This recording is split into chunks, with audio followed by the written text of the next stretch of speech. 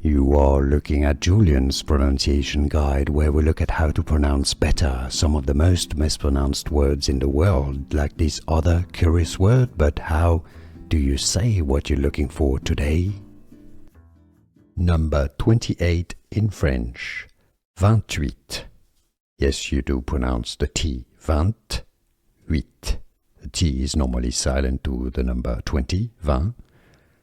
But here you say 28, 28. Adjutant, adjutant. Stress on the first syllable, adjutant, and now you know. Adjutant, adjutant. Stress on the first syllable, adjutant, and now you know.